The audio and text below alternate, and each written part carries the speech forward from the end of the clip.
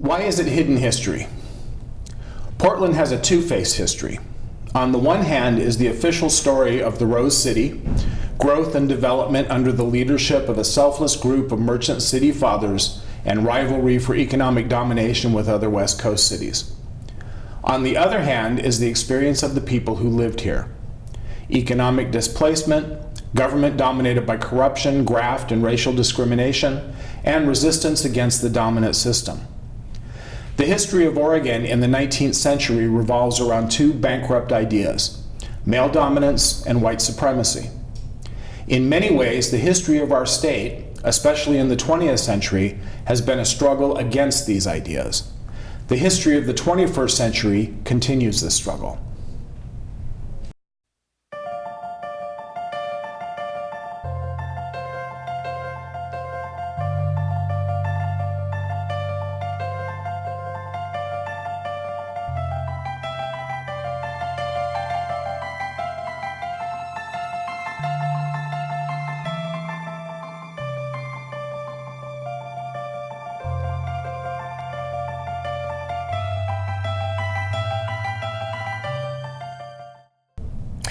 That was JD Chandler reading from his book, Hidden History of Portland, Oregon.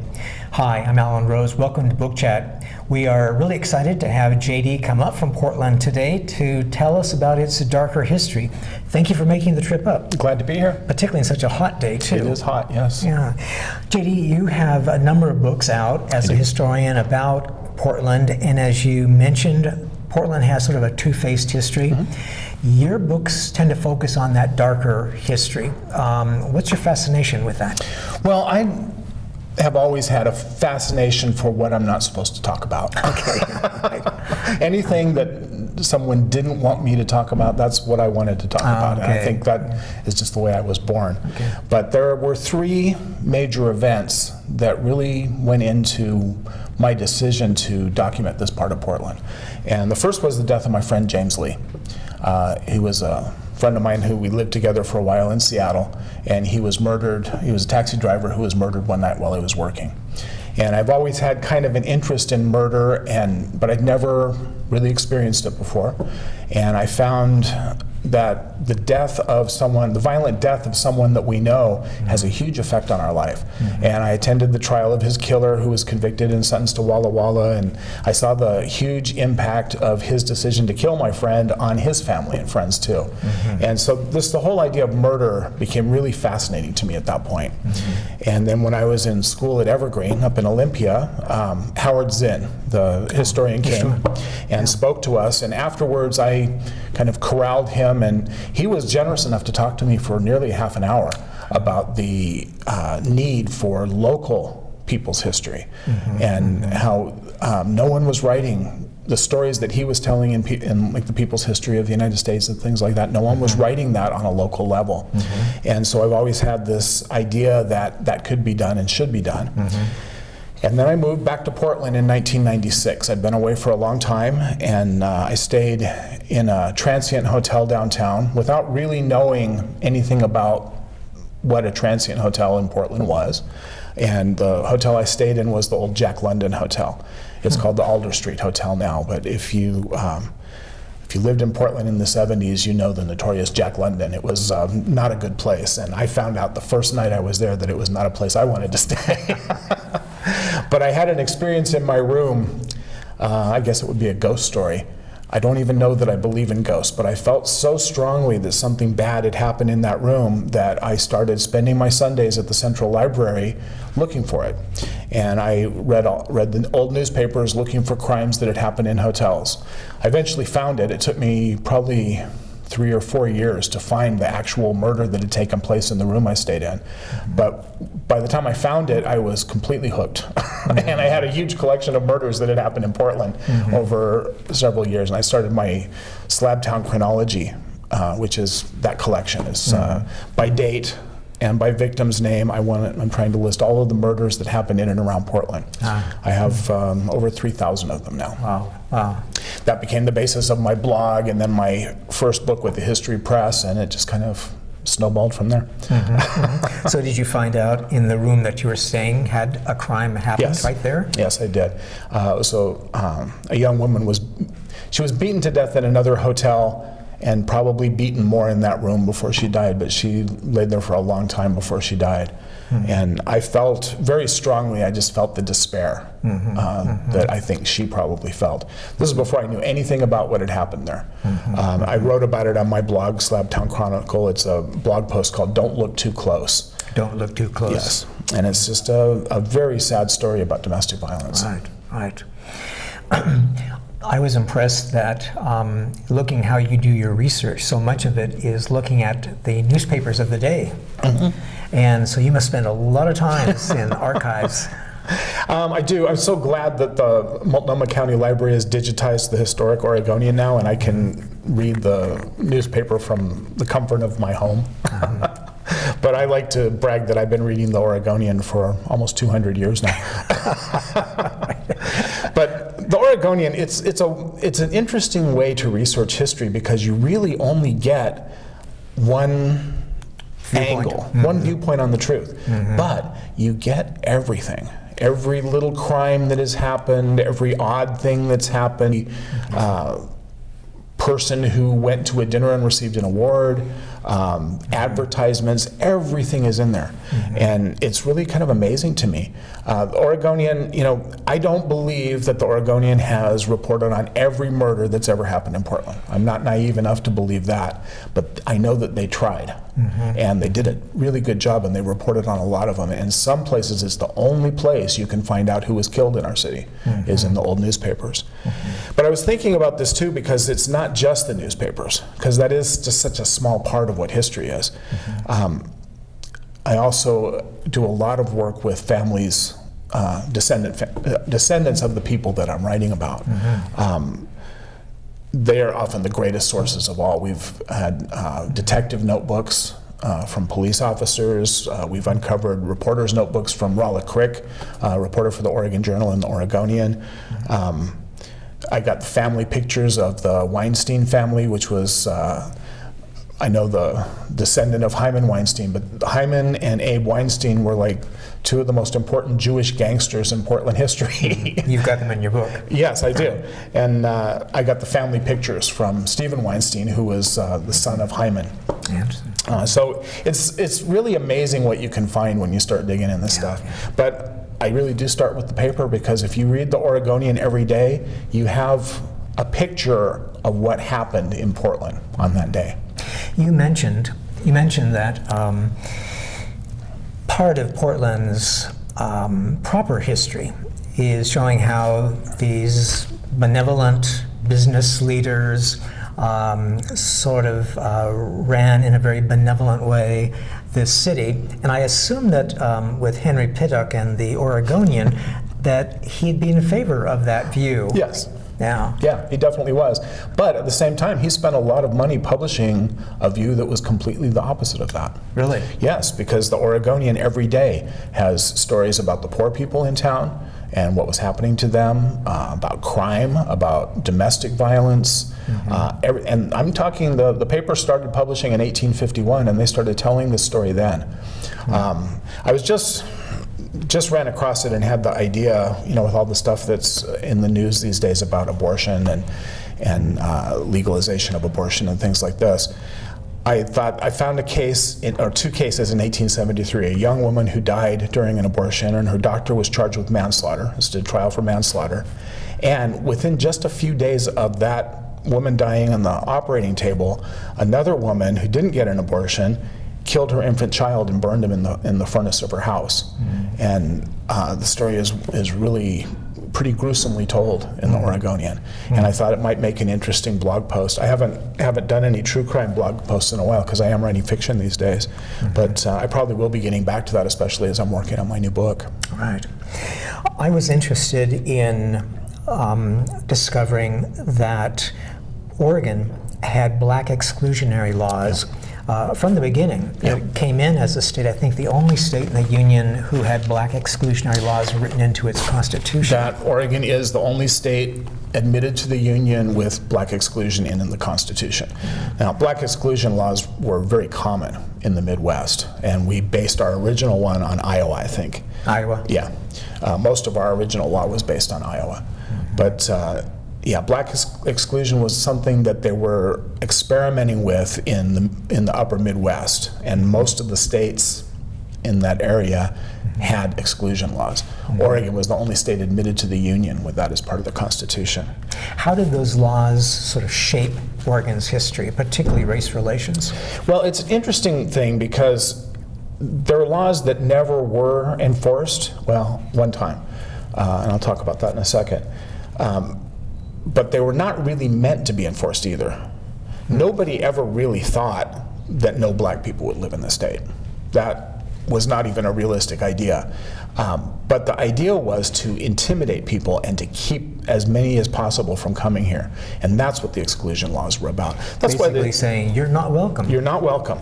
And we did. We said, you're not welcome to, and it wasn't just black.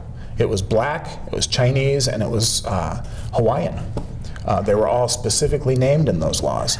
And we did not want them here. And they all came anyway. And there was a black population. There's always been a black population, and an Asian population, and a Pacific Islander population, in Portland at least, but also in the rest of the state. And how do they reconcile that with having these laws on the books and yet having these communities that are active? well, part of the problem was that they had the law against black people coming to the state, but they never could agree on enforcement of that law. So it was always a fight in the state legislature, and they would overturn the law, and then they'd pass a new one, and they wouldn't fund it, or they wouldn't enforce it, and then they would overturn it, and it was over and over and over until they finally put it in the Constitution. The Constitution, it didn't really mean anything though, because within 6 years it was obsolete from the 13th Amendment, and then we didn't get rid of it though until 2000. They didn't get rid of it. They didn't get rid of the language until 2000. They got rid of some of it in the 20s, but it took over 100 years to get rid of the language. Yeah, well, let's not rush it. Let's not rush it. That is the Oregon motto. So we have the exclusionary laws. They stayed in the Constitution. We have the 13th Amendment giving African Americans Citizenship, yeah. and so they didn't need to reconcile those two. They never felt the need to. Okay. And black people got the message. They knew they weren't wanted here, and so we always had a very small population. We still have a very small population. There are more black people living in Portland as a proportion now than ever, and I think that's a good thing. But it's a very small population, and people of color feel very isolated in Portland. Many of my friends, I've had friends leave town because it just doesn't feel friendly to non-white people. Still? Yes. So we've got these laws on the books, we have got these attitudes, and then in the 1920s we see a resurgence of the Ku Klux Klan. Yes. As they sort of redefine themselves from the more Midwest, South phenomenon as the Night Riders to a fraternal organization. Yes. Can you talk about that? Yeah. I write a lot about the KKK in my last book, Prohibition Portland, Murder and Scandal in Prohibition Portland, because there were some questions that I really wanted to answer. Everybody talks about racist Oregon and the KKK, and I think it's important to know what the truth is about that. The KKK had a very small window of opportunity in Oregon, and they lost it. And they lost it in the same way that they're doing now. They came into political power, and I'm not saying the KKK is in power now, but the people that believe in that have taken some power in our government in the same way that they did in the 20s. You're talking about white supremacy. Exactly. And they did it with the promise that we would clean things up. Things won't be corrupt when the KKK has control of government. In fact, that was the slogan. They elected 2 members of the Multnomah County Commission, and then the first thing the commission did is they did the most corrupt bridge deal in Portland history. With the Burnside Bridge. 3 bridges, the Burnside Bridge, the Ross Island Bridge, and the Selwood Bridge. And it literally is the most, well, I don't know what's going on with bridges today. Maybe they make these guys pikers, I don't know. But in those days, it was the biggest thing that had ever happened, and the whole commission was recalled, and people said, okay, well, the KKK is not the way to do this. Because the commissioners, if I remember correctly, at least the Burnside Bridge in your book, they had the bridge site moved so it involved their property Exactly. that they could then sell to the county. Exactly. For way inflated prices. Yeah. And things like one of the counselors had an insurance company, he sold insurance on all of the construction. You know, those are the kind of things that they were doing. And that's normal for Portland. That's the way we've always done business, and in some ways still do today. I'm surprised at that because I was struck by the level and the overt corruption. It's like people knew about it, and it was just sort of, this is the way we do business. That's what I'm talking about with the two-faced history. And it's interesting because in my new book, I'm writing about James LePaeus, who was the first police chief in Portland. He was also a gambler, and he owned a saloon, and people thought that was a conflict of interest. He was accused of a lot of crimes as police chief as well, and I'm going to talk about the crimes that I know that he actually committed, some that other people don't know about yet. Including, This is your next book. This is my next book. JD Chandler, is this Rogues? Portland Rogues Gallery. Portland Rogues Gallery. I'm looking at some of the bad people who have lived in Portland over the years. And so looking at James LePaeus, he was someone who wanted respectability very badly, but not badly enough to give up this gambling high life that he was really fond of. And it was perfect for him to be the police chief of Portland. You couldn't think of a better fit. We are the respectable city that has our toes in the water over here in the North End, where you can do anything you want. We're a wide open town. But we're respectable, and we have a lot of roses. You made the point in your book, I think very well, that particularly during the period of Prohibition, that there was organized crime and there was the Portland Police Bureau, and they often were sort of indistinguishable. They were distinguishable. I kind of look at it, Leon Jenkins was the police chief, career cop, and considered by many people to be the best police chief we've ever had. A lot of people really loved Leon Jenkins and what he did for the police department. He did some good things. His counterpart was Bobby Evans, matchmaker Bobby. He was on the boxing commission. He's an old boxer and the most popular referee in the state of Oregon for boxing matches. And he also ran basically a prohibition ring for Mayor Baker. His main job was to keep Al Capone out of town. And between him and Leon Jenkins, they were distinguishable, but they worked hand in hand. The police, in a lot of ways, the police were muscle for Bobby's prohibition ring. If you tried to compete, you had the police to deal with. Because this is illegal what you're doing. And they were distributing the And they bootleg were, liquor. yes, and this has been very controversial. People have been accusing the Portland police of being involved in running illegal liquor for many, many years. It started with the Wobblies, the IWW back in those days, and very controversial. Teresa Griffin Kennedy and I think we finally proved it. We found 2 letters in a third party's personnel file. That means that they were sanitized out of the chief and Frank Irvin's file. Frank Irvin was the captain, the police captain who was writing to him. And he mentions that Anna Schrader is watching, and she knows when police officers leave the police bureau with liquor to deliver. And so Frank Irvin told him twice in these letters. Leon Jenkins knew what was happening. And he didn't really want to know. What do you mean police officers are leaving Central Precinct with liquor to deliver? He never asked that question. I love the anecdote you shared about how Prohibition never really was taken seriously in Portland, and there would be jury trials with bootleggers, and in a couple of cases, the juries actually drank the evidence. Yes, they did. And then they acquitted the bootlegger for lack of evidence. Yes, That's in right. one case, the judge did that.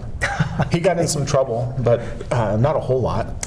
My favorite, and this is the crazy one, is they used to hold the liquor pourings. They would pour the liquor down the drain in the courtyard, in the central courtyard of the courthouse, and it turned out somebody had tapped into the sewer pipe and was patching it all in the basement and rebottling it. That was a pretty big scandal when that came out. And they never did figure out who that was who did it. How did Portland move from this corruption, or I'm assuming it moved, from this corruption as usual, this racist history, to at least the image of Portland we have today is progressive, lay back, live and let live? How did that come about? I don't think that ever really changed. I think that we have always been both things. I think we've always been a racist, corrupt town that is really pretty progressive in our politics. If you think about the Oregon system, this was the system of reforms that came in Oregon in between 1900 and 1912. And then, for elections? Popular election of the senators, initiative, referendum, recall election, those are all things invented in Portland. And between 1900 and 1912, that was what we were doing. Portland, one of our main goals in Portland has always been self-government. All of the cities of the Northwest, Longview, Washington, or any of these towns, they were founded by people who wanted to govern themselves. We're not going to have a king, we're not going to have anybody telling us, we are going to make these decisions for ourselves.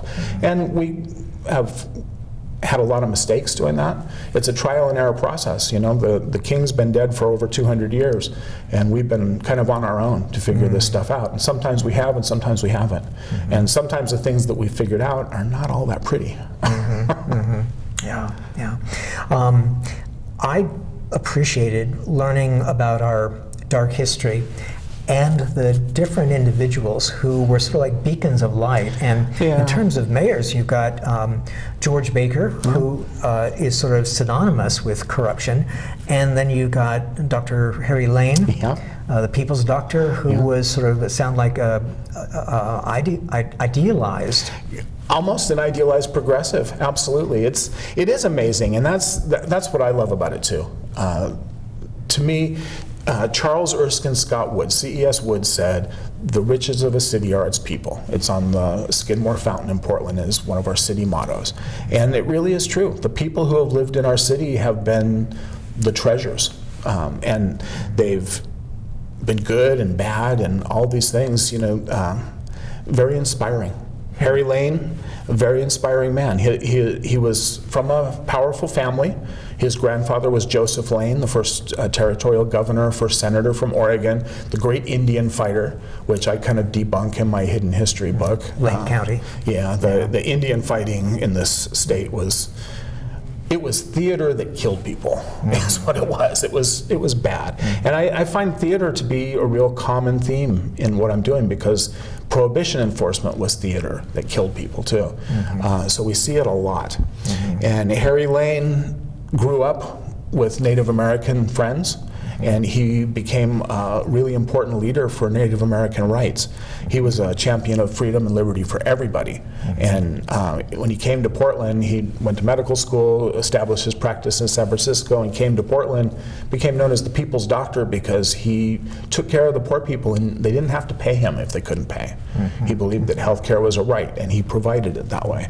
He was the first popularly elected senator. Yes, he was. Yes, he was. And I've always seen that as let's get Harry out of town. Let's send him to Washington, D.C. Because the powerful people in the city did not like what Harry Lane was doing.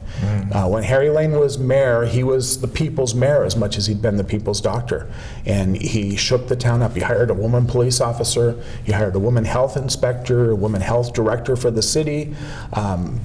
One of the things that we talk about is what we call the girl rush, when women started to really emigrate to Portland. Single women started to emigrate to Portland in between about 1905 and the beginning of World War I. Lewis and Clark Exposition apparently drew a lot of Absolutely. women. That's we start with that. That's where Lola Baldwin, who became the first woman police officer in town, was working with the Traveler's Aid and basically doing the same job she would do a few years later when she joined the police force. And one of the serious issues that people were worried about was the huge influx of single women who were coming for the exposition. I think over 700 women came to Portland for the exposition. And some of them were very vulnerable, and so they were trying to keep them safe. But at the same time, there were all these new opportunities. There were jobs for women in journalism and medicine and law, and everything was exploding in terms of opportunity. And we get some of the most interesting women who have ever lived in our city came at that time. Louis Louise Bryant, who was the first woman hired by the Oregonian as a reporter. Dr. Equi had already been here for some time, our first openly lesbian activist and doctor. Beatrice Morrow Kennedy came in 1912, and Anna. She was the first African-American lawyer woman to get a law degree. Law degree from Lewis and Clark. Yes, I don't believe she was ever admitted to the bar, but she was the first African-American woman to practice law in the state. I was intrigued by her approach to race relations back at that time. Apparently, she came from a rather sort of higher middle class African-American family, and so her strategy was to bring blacks and whites together. Yes. And have teas together and dinners Yes. together just to get to know each other. Yeah. Yeah. She came from, her father had been a slave, and he founded a town in Texas, and all of his children went to college, and Beatrice was one of them. And she moved to town because she was courted by Mr. Kennedy, who had the black newspaper in town. It was the opportunity to run a newspaper that really brought her to town, and she's amazing. She believed that the cure for racial discrimination was getting to know each other. She thought, if you know black people, you can't really look down on them because they're just like everybody else. Yeah. And so she invited prominent black people to town, and she had integrated teas at her house, gave performances, supported young African-American artists like Thelma Street in Southeast Portland. She was a major influence. It was a real loss the day that she left town. She's another Portland activist who got discouraged and left town, and that's a really, really common story. But Portland really has a very strong feminist tradition too, and that was surprising to me. I hadn't realized that, but Harry Lane, as the popular mayor, was really riding that that wave that had started much earlier before. Well, Abigail Scott Duniway is so important in that, and one of the founding mothers of Oregon. Yes, also Harvey Scott's sister. Harvey Scott ran the Oregonian, and she ran her newspaper, The New Northwest. And so in the 1870s, there was a battle between brother and sister in the editorial pages of town. From what I read about what you said about Abigail Scott Duniway, I would not want to do battle with her. No, she would be a tough one. You wouldn't want to do battle with Harvey Scott either. They were probably evenly matched. But she was in the right because he believed in male domination, male supremacy, and women shouldn't have the right to vote. Women shouldn't have the right really to do anything. He was that way about a lot of things. Yeah. And you tie the feminism in Oregon really to the pioneer roots, that these women were like her, were independent, strong, very capable, frequently had to be on their own, and that just fed into a feminist attitude in the state. And I go into that quite a bit in Hidden History. I talk a lot about the experience of the women pioneers, because in some ways it was very limited, but then it opened up quite a bit. And there were some advantages that Oregon women had. They had the right to own property. In many states they didn't, so that was an advantage for Oregon women. There was kind of the pioneer attitude was everybody pitches in. So it wasn't so much discrimination. There was a lot of discrimination. Women had to do like twice as much work as the men ever did, because they had responsibility to do their own work, and then they had to take care of everyone else with laundry and cooking and house cleaning and all of that. Yeah, yeah. Because men wouldn't do that. Well, your two books that you've talked about, The Hidden History of Portland, Oregon, and Murder and Scandal in Prohibition Portland, were really delightful reads. Thank you. Like I said, they were both discouraging because of the darkness of those times, but also very uplifting because there are always individuals, like some we've named, who were people of courage, integrity, passion, and idealism. Yeah. So it's a mixed history that is fascinating to read. Yeah.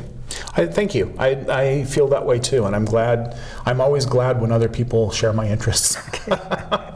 JD, it's delightful to have you with us. Thank you so much for coming up. Thank you. Okay. I really appreciate it.